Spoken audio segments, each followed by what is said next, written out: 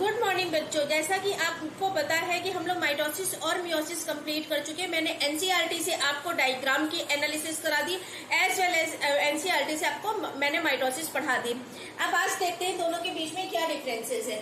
देखिए, डिस्कवरी किसने की थी माइटोसिस की? That is Fleming.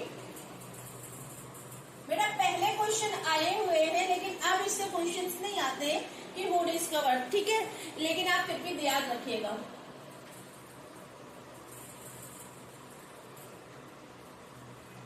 And meiosis is discovered by Oscar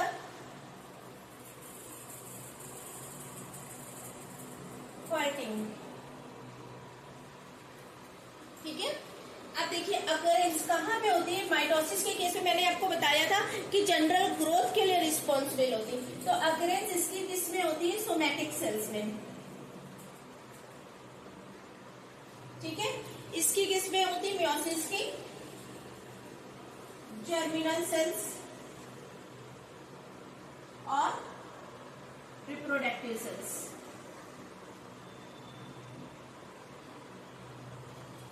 which produce gametes. Okay, अब देखिए फेजेस के बेस पे क्या डिफरेंस है। इससे क्वेश्चंस बहुत बनते हैं कि फेजेस क्या होती है। एक तो देखिए एम फेज में जो प्रो फेज है, इसकी क्या होती है? कंपैरेटिवली कॉम्प्लेक्स होती है एंड लॉन्गर। इसकी सिंपल होती है और कंपैरेटिवली जो है वो शॉर्टर है।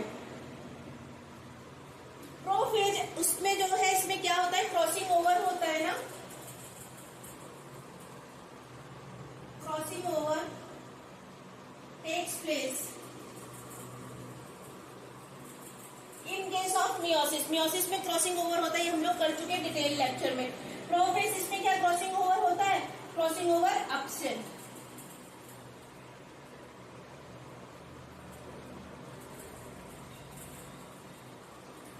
अब मेटाफेज जो है, मेटाफेज कैसी होती है? दोनों की सेम होती है क्या?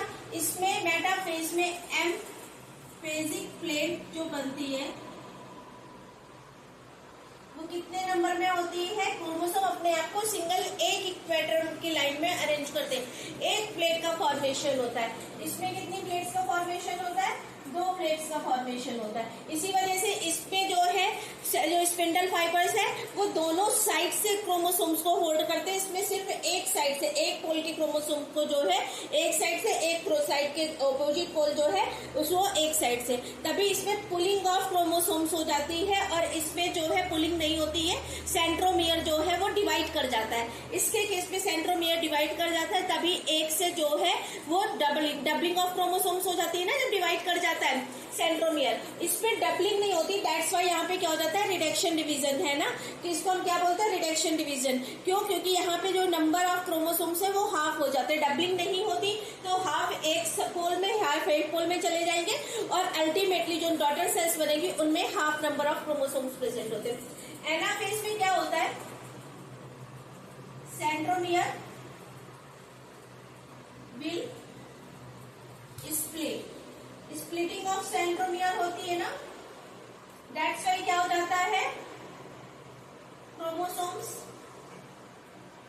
Number will B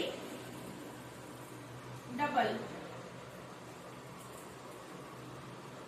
right. इसमें क्रोमोसोम नंबर क्या होंगे बेटा? No splitting seen in centromere, that's why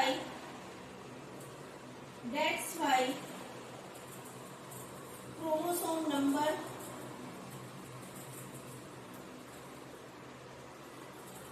will not double, right? यही तो हमने किया था। इसके बाद साइटोकाइनेसिस में कोई डिफरेंस होता है? साइटोकाइनेसिस में बच्चों कोई डिफरेंस नहीं होता। साइटोकाइनेसिस के केस में मैंने आपको क्या बताया था बच्चों कि यहाँ पे जो साइटोकाइनेसिस होती है, इस ये है कि कैरियोकाइनेसिस के बाद साइटोकाइनेसिस डेफिनेटली होगी। लेकिन इसके केस में ये वो कंपल्सरी नहीं है कि साइटोकाइनेसिस होगी ही होगी। कभी क्या होता है कि जो मियोसिस 1 होती है उसके बाद साइटोकाइनेसिस नहीं होती है, सीधे जो है मियोसिस 2 में जाके साइटोकाइनेसिस होती है। यही तो हम लोगों ने पढ़ा था।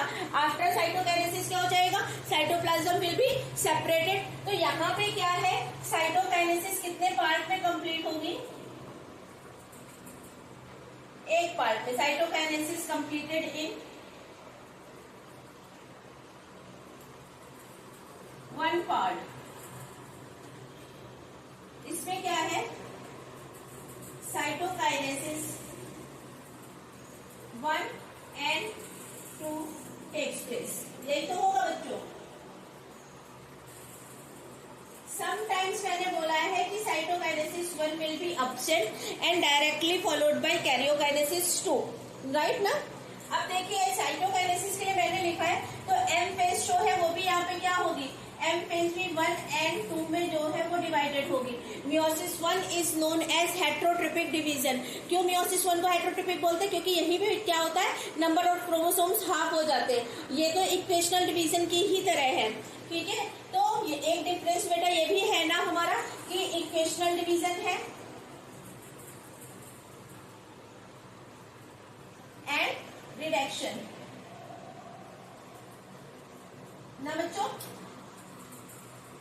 क्यों बोलते हैं, अगर हम इससे 2n सेल्स जो है वो 2n पेरेंट सेल में क्रोमोसोम्स प्रेजेंट है, तो अल्टीमेटली जो डॉटर सेल्स बनेंगी they also contain the 2n number of chromosomes, ठीक है। इसमें क्या होता है, मियोसिस के केस में अगर क्रोमोसोम जो है वो 2n की फॉर्म में प्रेजेंट है, तो अल्टीमेटली जो भी सेल बनेगी उसमें पोलैरिटी चेंज हो जाएगी, number of chromosome will be reduce, that's why it is known as reduction division. यही तो हमने पढ़ा था। अब देखिए और पॉइंट क्या है, 4 number of cells form after 1 mitosis. After 1 mitosis कितनी सेल्स फॉर्म होंगी, 2 cells, 2 daughter cells will be form,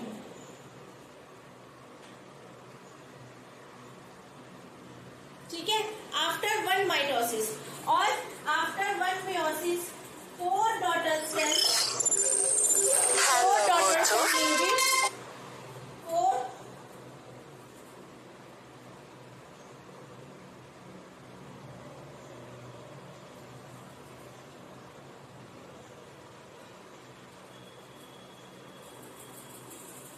will be formed, right। 4 daughter cells का फॉर्मेशन होगा। ये तो हम लोगों ने पढ़ लिया, इतना हमें समझ में आ गया। एक बहुत इंपॉर्टेंट डिफरेंस क्या है, आपको पता होगा कि माइटोसिस में यहाँ पे लिख दे रही हूँ क्योंकि नीचे का बोर्ड आपको क्लियर नहीं है, ठीक है। तो ये कहाँ पे मैंने बताई थी आपको, कौन सी सेल्स में होती है बेटा, सोमैटिक सेल्स। ये किसमें होती है, जर्म सेल्स। जर्म सेल्स में होती है, इट मीन्स इसका फंक्शन क्या है मियोसिस का, टू प्रोड्यूस गैमेट्स। फंक्शन क्या होगा मियोसिस का, टू प्रोड्यूस गैमेट्स। बेटा सोमैटिक सेल्स का क्या फंक्शन है, अल्टीमेटली जो बॉडी सेल्स है वो क्या कराती है, ग्रोथ कराती है, रिपेयर कराती है, हीलिंग कराती है, ठीक है। तो इसका ओवरऑल फंक्शन क्या है, ग्रोथ एंड रिपेयर। बेटा ये जो डिफरेंस है ना, ये आपको सीबीएसई में क्वेश्चन लिखने में वो आएगा, हेल्पफुल होगा, ठीक है। इस तरह से जो है आप क्वेश्चंस फॉर्म कर सकते हैं, क्वेश्चंस के आंसर जो है वो इस तरह से आप दे सकते हैं। क्वेश्चन नहीं फॉर्म कर सकते, क्वेश्चन तो यही बनेगा माइटोसिस और मियोसिस का डिफरेंस, आप इस तरह से आंसर जो है उसकी डिटेलिंग कर सकते हैं, ठीक है। अब जो है नेक्स्ट चैप्टर जो भी मैं लूंगी उससे पहले हम लोग पीवाईक्यूज नीट के डिस्कस करेंगे। पॉइंट टू पॉइंट आपने डिस्कस कर लिया है कि अकरेंस कहाँ पे होती है, फंक्शन क्या होता है, एज वेल एज जो है डिफरेंस क्या है।